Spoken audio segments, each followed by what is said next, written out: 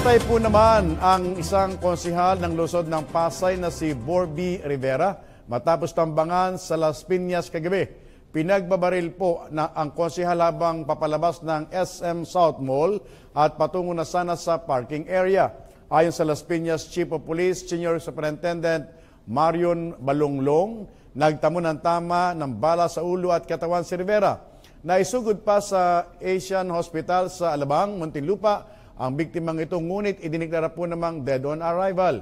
Inalis naman ng pulisya ang anggulong pagnanakaw o kaya naman ay terorismo sa naturang krimen. Tanging pagpatay lang anila ang nakikita nilang motibo sa naturang pananambang.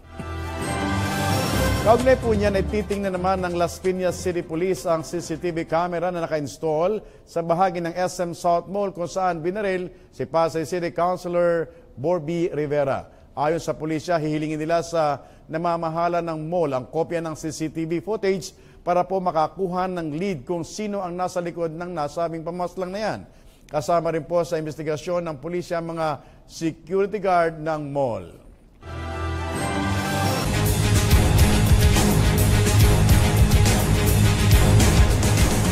Muli magandang gabi. Gusto ko lang pasalamatan mga kasama natin sa International Broadcast Center, Sina Marita at ang mga reporters natin sa International Media Center. Ngayon balik tayo sa mga balita dito sa ating bansa. I'm once again your host, Joseph Parafina. Kinonsulta po naman nasa lokal na pamahalaan ng mga lider ng Maranao. Ito po ay para sa Peace and Rehabilitation sa Marawi City.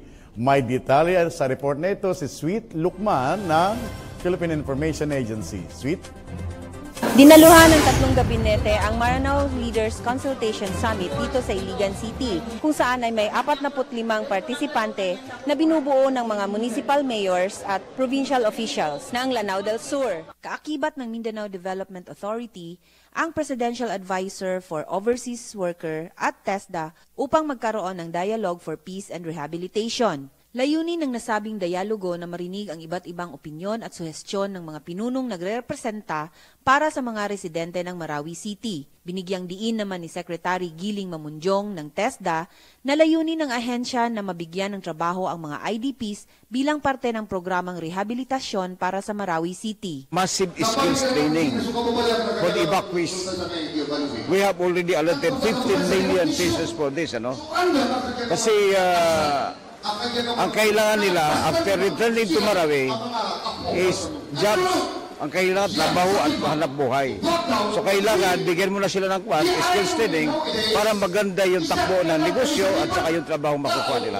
Prinisenta naman ni Puna Bayabaw Mayor Dr. Lampa Pandi ang kabuuan na problema ng Lanao del Sur kung saan ay siyang batayan din na pinagmulan ng kaguluhan at terorismo. My presentation was the totality of the problems in Lanao del Sur that brought about this terrorism and this violence. Ang tinitingnan natin is with the devastation of Marawi City, we are hoping that we can turn this into an opportunity to really improve the Maranao society. Yung peace talk, sana maging matapos na ito. And hoping that this can be finished by the approval of the BBM. Yung mga discrepancies na ito will be addressed.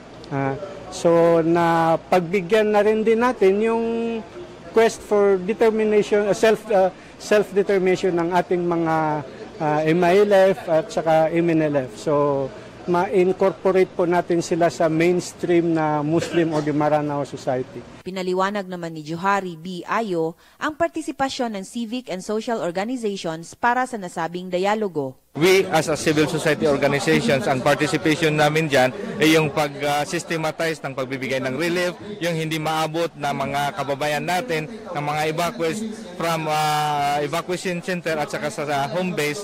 Yun po ang isa sa mga nagiging papel ng mga CSO na ma-locate yung mga saan dito sa entire Mindanao. Para sa bayan, Sweet Lukman, Philippine Information Agency. Nilinaw po ngayon ni Presidential Spokesperson Ernesto Abella na bahagi ng pinaigting na seguridad sa bansa ang hiniling ni Pangulong Rodrigo Duterte na 20,000 sundalo. Ayon kay Abella, idideploy po ang mga ito sa mga lugar sa ating bansa kung saan nagpapatuloy ang banta sa seguridad. Ang deployment aniya ng tropa sa Marawi at ibang mga lugar sa ating bansa, partikular sa Mindanao, ay dapat na maging balanse. Matatanda ang hiniling ng Pangulo sa Kongreso ang karagdagang puwersa dahil po naman sa panibagong banta ng terorismo sa ating bansa. Inatasan naman ni AFP's Chief of Staff General Eduardo Anyo ang military commanders sa Marawi City na i-update ang kanilang urban warfare doctrine. Ito'y kung saan lilikumin ang lahat ng obserbasyon at karanasan ng mga sundalong nakikipaglaban sa Mauti Terrorist Group. Ayon kay AFP Public Affairs Office Chief Colonel Edgardo Arevalo, magsisilbi pong basihan para naman sa lilikhaing bagong doktrina ang mga natututunan ng mga sundalo sa operasyon sa Marawi. Ang urban warfare na tinatawag ay ang labanan kung saan gamit ng mga bandido ang mga gusali at bahay bilang bentahe laban sa tropa naman ng pamahalaan. Patuloy po naman na napipigilan ang pagpasok ng puwersa ng NPA o New People's Army sa Bohol dahil po naman sa mahigpit na seguridad na pinapatupad ng militar sa mga border ng lalawigan. Ayon kay Philippine Army 47th Infantry Battalion Commander Lieutenant Colonel Eufrasio Joel Malik Jr., isang hamon ang mapanatiling insurgent free ang Bohol. Nauna nang nagpresenta ng ulat si Malik tungkol po naman sa mga armadong individual na namataan umano sa mga lugar na pinapaniwala ang pinamumugaran ng mga militanteng grupo. Sa kasalukuyan ay inaalam pa nila kung aling grupo ang kinabibilangan ng mga nasabing individual. Naniniwala naman si Governor Edgar Chato na ang pakikilahok ng umasa sa itinatag niyang Countryside Development Program, Purok Power Movement ang dahilan kung bakit hindi namamayagpag ang mga komunistang grupo sa kanyang probinsya.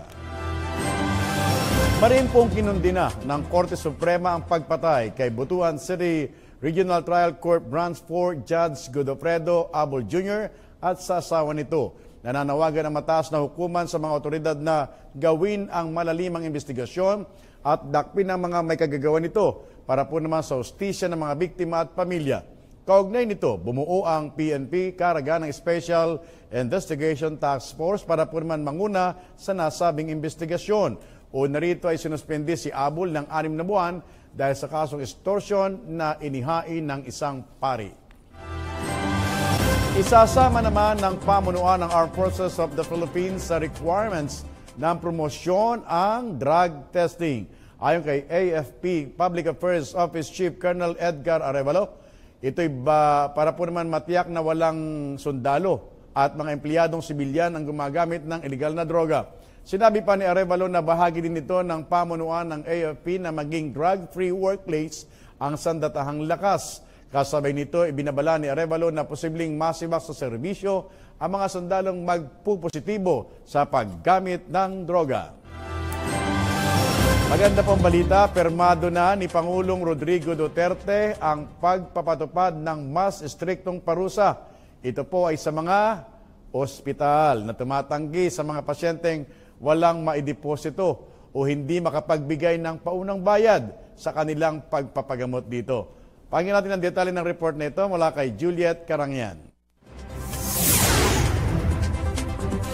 Tapos na ang pagsasamantala ng mga ospital sa mahihirap na pasyenteng walang perang pandeposito. Ito'y matapos na lagdaan ni Pangulong Rodrigo Duterte bilang batas ang Republic Act No. 10932 o ang tinaguriang Strengthened Anti-Hospital Deposit Law. Itinatadhana ng bagong batas ang pagpataw ng parusang pagkabilanggo ng 4 hanggang 6 na taon sa mga opisyal ng ospital na humihingi ng deposito o paunang bayad bago i-admit o gamutin ang mga emergency patients. Pagbabayari ng mga nasabing ospital ng multang mula 100,000 hanggang 1 milyong piso. Binibigyan din ng otoridad ang Department of Health na bawiin ang lisensya ng mga ospital na 3 beses na lumabag sa batas na ito. Binigyang diin ng Pangulo na tungkulin ng pamahalaang bigyan ng sapat na pangangalaga sa kalusugan ang mga mamamayan, lalo na ang mga maralita na higit na nangailangan nito.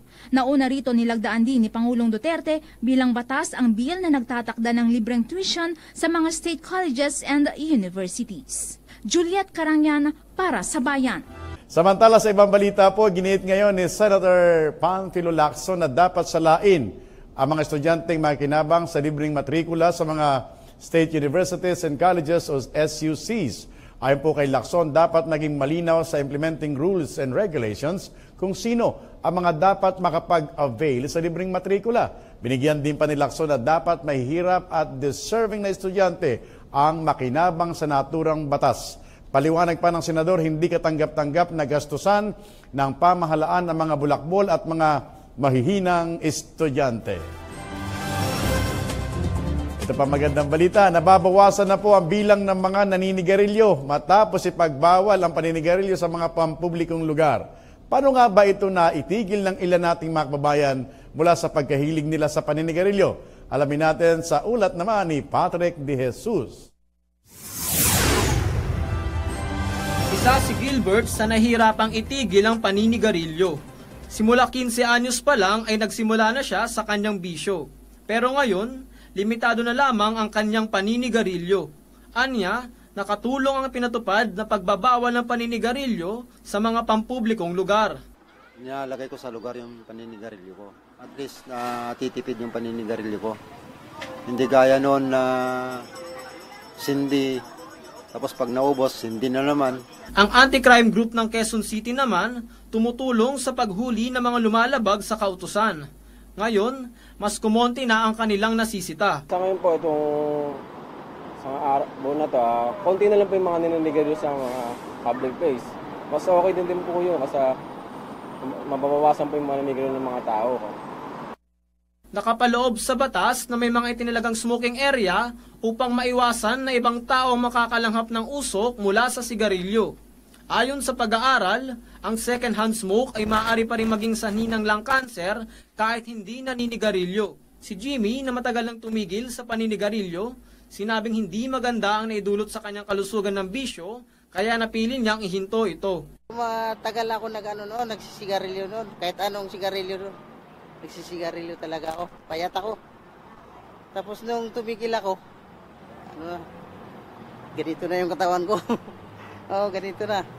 Patrick De Jesus para sa Bayan. Thank you ulit, Patrick De Jesus.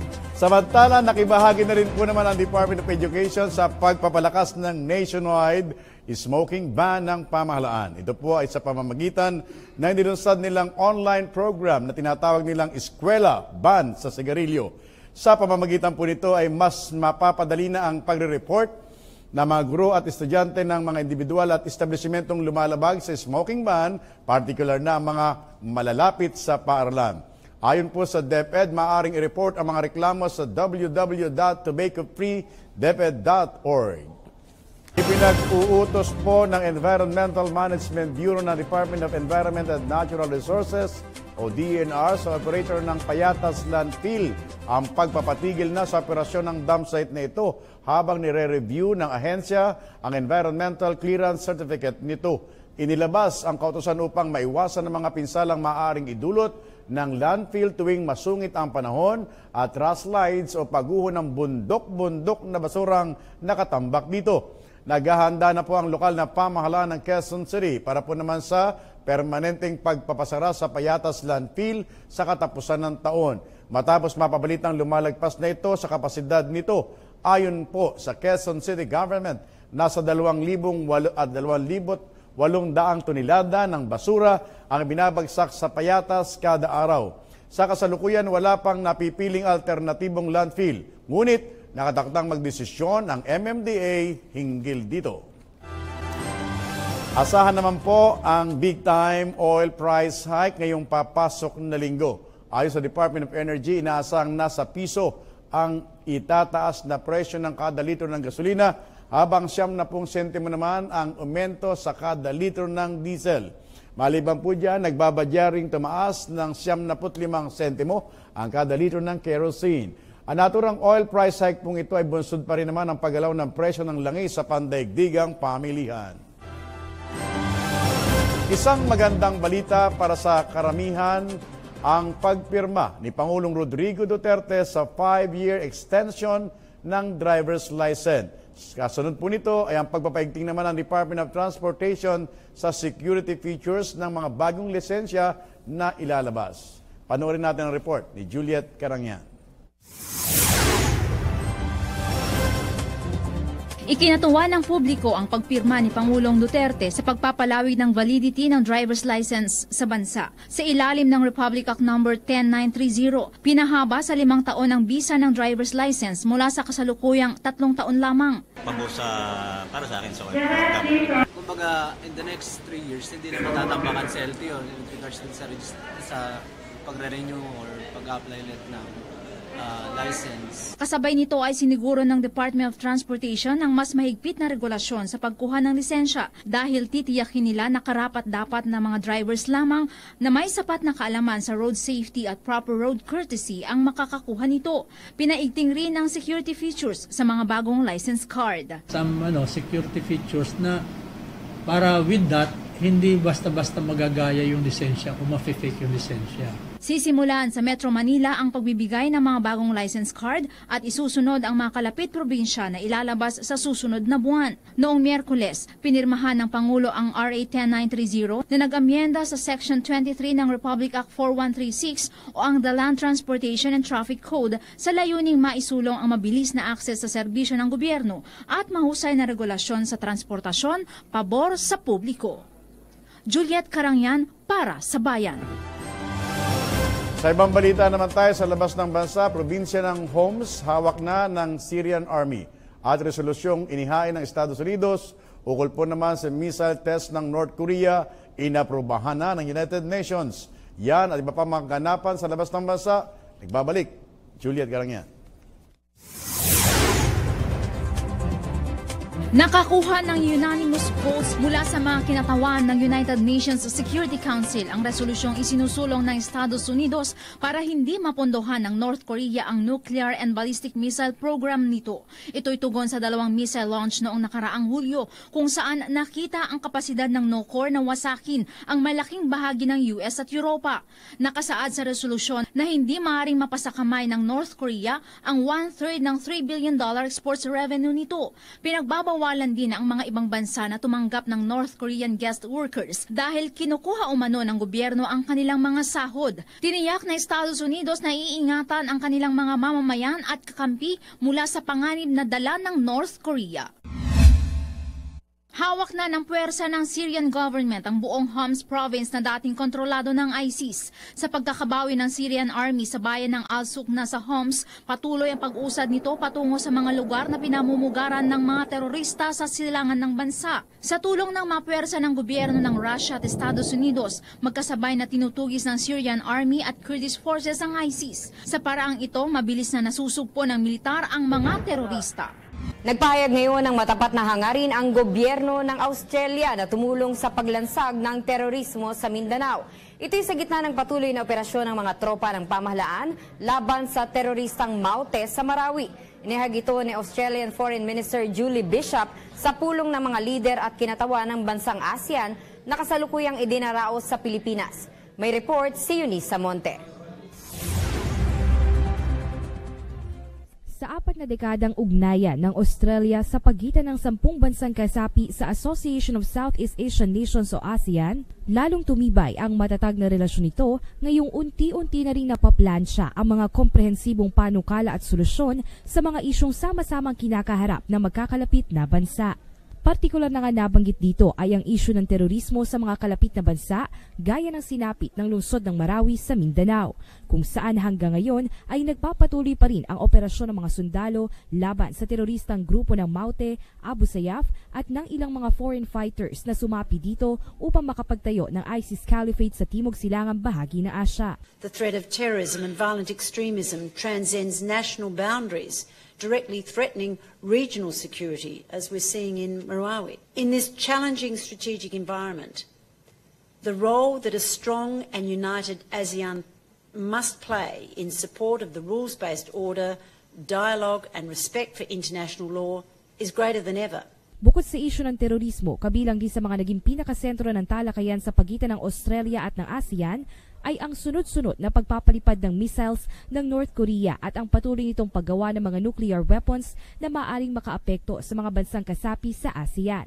Ito ay alinsunod na rin sa Nuclear Weapon Free Zone Treaty na sinusunod ng mga bansa sa ASEAN o ang obligasyon nito na hindi makilahok sa paggawa at pagtesting ng mga nuclear weapons sa loob at labas ng treaty zone ng ASEAN region.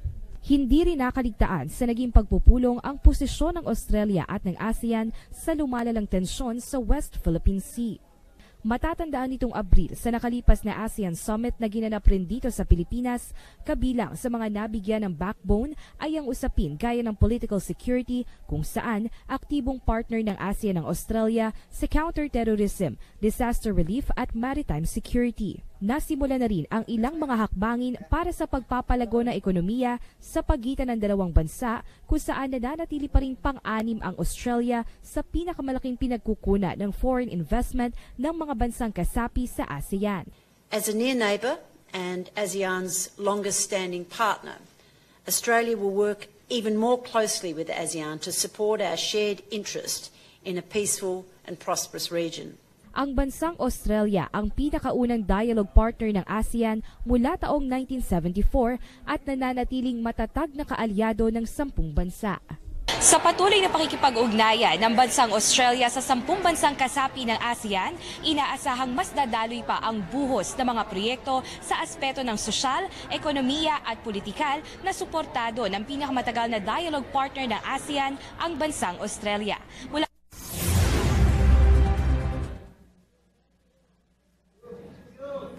Samantala, nakikiasa rin ang New Zealand sa laban ng mga bansang ASEAN kontra terorismo. Tiniyak ito ni Foreign Minister Jerry Brownlee sa ASEAN-New Zealand Dialogue na ginanap kanina sa Philippine International Convention Center.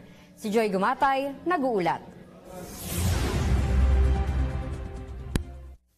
Nagkasundo ang ASEAN at New Zealand na lalo nilang paigtingin ang pakikipaglaban sa nagpapatuloy na banta ng terorismo sa Timog Silangang Asya. Kinumpirma ito ni Indonesia Foreign Minister Retno Marsudi at New Zealand Foreign Minister Jerry Brownlee sa ASEAN-New Zealand Dialogue Meeting na naganap sa Philippine International Convention Center. Sa pagsisimula ng pagpupulong, kinilala ni Indonesian Foreign Minister Marsudi ang matibay na strategic partnership ng ASEAN at New Zealand mula pa noong 2015. Sa katunayan, isa sa resulta ng produktibong relasyon ng mga ito ay ang ASEAN-New Zealand Plan of Action 2016 to 2020. We saw that out of 59 measures or activities, 52 have been carried out or is expected to be implemented.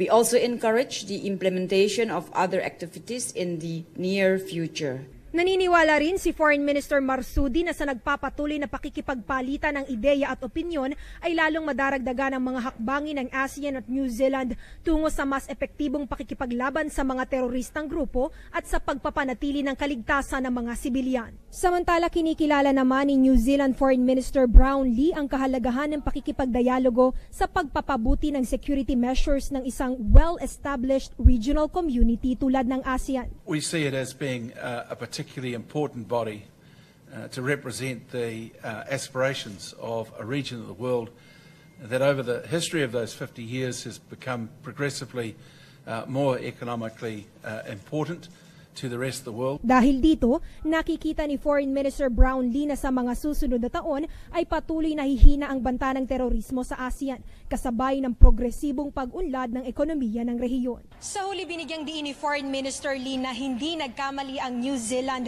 sa pagsuporta sa mga target na makamit ng ASEAN, partikular sa mga larangan ng political security, economy at socio-cultural. Gayong damang-dama ng 10 bansa at ng mga external partners nito ang pagkakabuklod-buklod ng rehiyon sa pagkamit ng kinakailangang pagbabago. Joy Gumatay para sa Bayan. Tiniyak naman ng Republic of Korea ang ibayong pagpapalakas ng pakikipag-ugnayang diplomatiko sa mga kapitbansang ASEAN. Binigyang diin ni South Korean Foreign Minister Kang Kyung-hwa na lubhang mahalaga ang magandang relasyon ng kanyang bansa sa ASEAN para sa kapayapaan at kapanatagan ng rehiyon. Narito ang report. Muling kinumpirma ni Cambodian Foreign Affairs Minister Park Sook-hon ang kahandaan ng ASEAN na makatrabaho ang bagong administrasyon ni Pangulong Moon Jae-in ng Republika ng Korea upang lalong mapagtibay ang partnership sa pagitan ng ASEAN-ROK. Lubhang napakahalaga umanong maitaguyod pa ang pagpapaunlad ng micro, small and medium enterprises habang sama-samang kikilos para maabot ang itinakdang two-way target nitong $200 billion para sa taong 2020. Sa bahagi ng Republika ng Korea, sinabi ni South Korean Foreign Minister Kang Kyung-hwa na itinuturing nilang key partner ang ASEAN at nakahanda silang palawigin pa ang kanilang diplomatikong pakikipag-ugnayan dito. Our commitment in this regard should be clear. Promptly after being sworn in, President Moon Jae-in took the unprecedented step of sending a special envoy to ASEAN. He reiterated the importance of ASEAN-ROK relations by saying, and I quote him directly, ASEAN is as important as our immediate neighbors around the peninsula in Korea's external relations. Unquote. Dahil dito, mahalaga para sa Republic of Korea na lubusang mapalakas ang pakikipag-ugnayan sa ASEAN at sa mga bansang kasapi nito. My government indeed seeks to strengthen our ties with ASEAN in three directions. First, to pursue mutual prosperity that is sustainable. Second, to increase people-driven two-way exchanges. And third, to join hands to build a new East Asia that is peaceful and safe. Marita Muahe para sa Bayan. Inaasahang bubuti ang relasyon ng mga bansang miyembro ng Association of Southeast Asian Nations o ASEAN sa bansang China. Ito'y matapos na pagtibayin ng mga ministrong panlabas ng ASEAN ng isang Memorandum of Understanding na naglalayong isulong ang ASEAN-China Center na itinatag noong taong 2011. Si Joy Gumatay sa detalye. Muling pinagtibay ang kooperasyon sa gitna ng ASEAN at ng China sa pinirmahang Memorandum of Understanding na layong paigtingin ang suporta sa itinatag na ASEAN-China Center noong taong 2011. Ang ASEAN-China Center isang lugar kung saan pinag-uusapan ang pagpapalalim ng relasyon ng ASEAN at ng China, partikular sa larangan ng kalakalan at pamumuhunan. Our good relations are anchored on strong trade and economic ties, which we are working to bring to a new level. China has been ASEAN's largest trading partner for the past 7 years. And ASEAN and China have now committed to realizing our twin goals of two-way trade and investments. Sa pagpirma ng isa pang 5-year Memorandum of Understanding, hinikayat ni Singaporean Foreign Minister Vivian Balakrishnan ang kanyang mga kapwa country representatives na regular na makibahagi sa pagpupulong kung papaano magiging mas epektibo ang ASEAN-China Center bilang isang instrumentong pangkooperasyon. Samantala sa ginanap na ASEAN-China Dialogue Meeting, muling pinagtibay ng ASEAN at ng China ang kanilang commitment sa pagpapanatili ng kapayapaan, pagpapalakas ng ekonomiya at pagpapalawak ng turismo. Ngunit hindi natatapos dito ang lalong bumubuting relasyon ng ASEAN at ng China. ASEAN and China are constantly looking for new areas of cooperation, and one area which we are currently exploring is improving connectivity and achieving greater synergy between ASEAN's Master Plan for ASEAN Connectivity and China's Belt and Road Initiative. Higit sa lahat, binigyang diin ni Singaporean Foreign Minister Balakrishnan ng isang malaking katagumpayan sa ASEAN-China relation, partikular sa usapin ng pinag-aagawang teritoryo. Finally, ASEAN welcomes the finalization of the framework for the Code of Conduct on the South China Sea in Guiyang in June recently. This framework is very important, and it represents the culmination of effective and constructive cooperation between ASEAN and China over the past year. Sa katunayan, naging daan pa ang pagpupulong sa reaffirmation of respect on the freedom of navigation in and over flight in the South China Sea tulad ng itinataguyod ng pandaigdigang batas. Pinangunahan nito ni na Singaporean Foreign Minister Vivian Balakrishnan bilang kinatawan ng ASEAN at ni Foreign Minister Wang Yi ng bansang China. Joy Gumatay para sa Bayan. Patuloy naman ang paglakas panglalo ng relasyon ng India sa mga bansang miyembro ng ASEAN, kabilang ang Pilipinas sa loob ng nakaraang 50 taon. Binigyang diin ni Indian Minister of State Vijay Singh na ang ASEAN-India 25th-year celebration ngayon ay patunay na mas matatag at mas mayabong ang ugnayan ng India at mga bansa sa Timog Silangang Asya. Si Eunice Monte nag-uulat live. Tumanggap ng papuri ang Pilipinas at ang 10 bansang kasapi ng Association of Southeast Asian Nations o ASEAN sa katatapos lamang po na Indian Ministerial Meeting ngayong hapon sa pangunguna ni Indian Minister for External Affairs, Vijay Sinha. Sa katunayan, tinawag pa nga ni Prime Minister na a great occasion ang ika-50 anibersaryo ng ASEAN ngayong taon na dito ginanap sa Pilipinas. Ayon kay Minister Sinha, malayo-layo na nga umano ang narating ng mga bansang kasapi sa ASEAN sa kabila ng mga krisis na dumarating dito. Partikular na nga nitong nabanggit yung Asian Financial Crisis noong taong 1997 kung saan dahil sa pagtutulungan umano ng mga bansa sa ASEAN ay agad namang nakabangon ng ASEAN sa financial crisis na ito. At kung kanina nga ay 40 years anniversary ng Australia at ng ASEAN Dialogue, ngayong taon naman ang 25 years ng ASEAN Dialogue Relations sa bansang India na malaking bagay umano sa pag-unlad ng bawat bansa. Pakinggan po natin ang naging pahayag ni Indian Minister of State for External Affairs Vijay Kumar Sinha. Philippines as chair is ably stewarding the Golden Jubilee celebrations, and in the last 2 years in your chairmanship we have had excellent dialogue on many issues. The overall theme chosen this has been partnering for change, engaging the world, is in consonance with what we all think about. Our 25th anniversary celebrations that are coming of our relationship with ASEAN, spanning 30 dialogue mechanisms, including an annual summit and 7 ministerial dialogues that have been planned. Nauna na nga nagpadala ng sulat itong si Indian Prime Minister Narendra Modi sa Pilipinas nitong Enero ngayong taon at nakasaad dito ang pagsuporta ng bansang India sa ASEAN lalo pat umano dahil sa mga di nagkakalayong paniniwala, mayamang pagpapahalaga sa kultura at sa magkakaugnay na mga pananaw nito. Hinimok din ni Prime Minister ang bawat kasaping bansa ng ASEAN na tangkilikin at i-maximize ang ASEAN-Indian Free Trade Area na kinabibilangan ng mga goods, services at investments na malaking tulong rin sa New Delhi's East Act policy kung saan binibigyang prioridad nito ang mga bansa sa Timog Silangang Asya.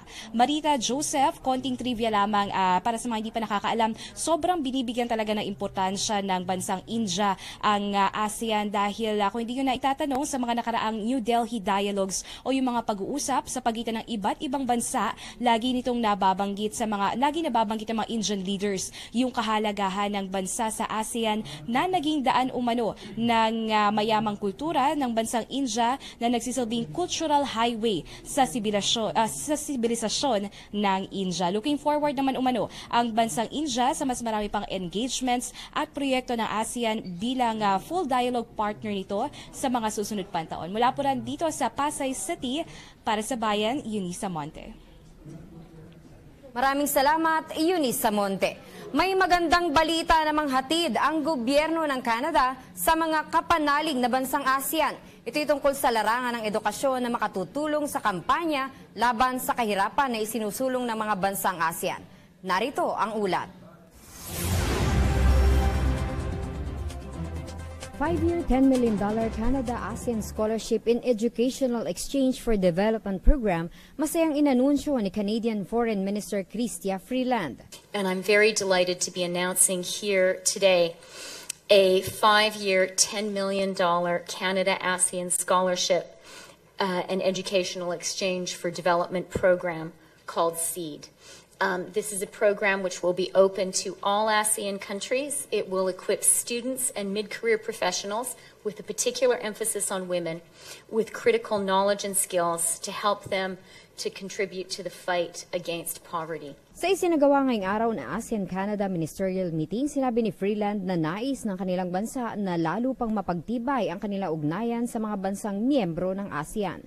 Isang napakahalagang panahon din umano ito dahil sa bukod sa ipinagdiriwang ay ka-40 anibersaryo ng ASEAN-Canada Dialogue Relations at ang ika-50 anibersaryo ng ASEAN, ipinagdiriwang din ng Canada ang kanilang 150th Confederation Anniversary. Samantala sa simula ng kanyang pananalita, ipinahayag ni Freeland ang lumalaking populasyon ng mga Pilipino sa bansang Canada. Dahilan din ang mabilis na paglago ng wikang Filipino doon. Mabuhay. We Canadians feel very, very comfortable and at home in the Philippines. We had a recent survey showed that 7 million Canadians count neither English nor French as their first language. And probably the fastest growing language in Canada is Tagalog. Nagpahayag din ang bansang Canada sa pamamagitan ni Freeland ng kanilang pakikiramay sa mga taong namatay dulot ng kaguluhan sa Marawi. I'd like to express my condolences to the people of the Philippines for those killed in Marawi at the hands of the Daesh-linked terrorists. This is really a horror that none of us is immune to, and we need to stand in solidarity fighting it.